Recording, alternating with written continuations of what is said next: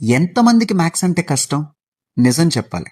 నాకు తెలిసి ఇష్టం లేని పనే మనిషికి కష్టం అనిపిస్తుంది. ఈ స్కూల్ వాళ్ళు మ్యాథ్స్ ఇంపార్టెన్స్ తెలియడం కోసం, మనీ వాల్యూ తెలియడం కోసం ఒక అద్భుతమైన కాన్సెప్ట్ ఫాలో అవుతున్నారు. చెప్పమంటారా? వీళ్ళ స్కూల్లో పిగ్గీ బ్యాంక్ అనే కాన్సెప్ట్ ఒకటుంది.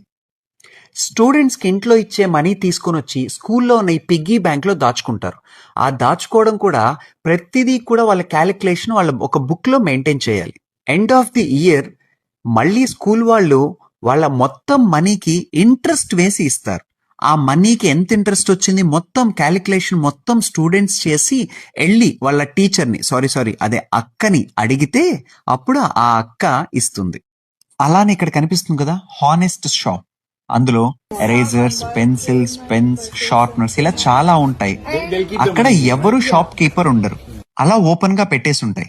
పిల్లలకి ఏం కావాలో తీసుకుంటారు, వాళ్ళ దగ్గర ఉన్న మనీని అక్కడ వాళ్ళు డిపాజిట్ చేస్తారు. అంటే మనిషి లేకపోయినా చాలా హానెస్ట్ గా వాళ్ళకి కావాల్సింది తీసుకుని అంత మనీ అక్కడ పెట్టడం వాళ్ళకి నేర్పిస్తున్నారు.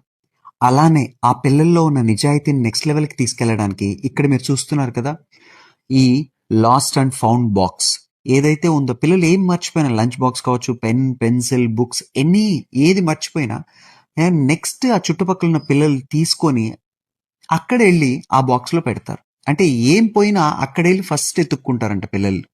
ఇటువంటి నిజాయితీ చిన్నప్పటి నుంచే లేకపోవడం వల్లే ఈరోజు ఇంజనీరింగ్ కాలేజ్లో అంత వయసు వచ్చాక కూడా అక్కడ దొంగతనాలు జరుగుతున్నాయి.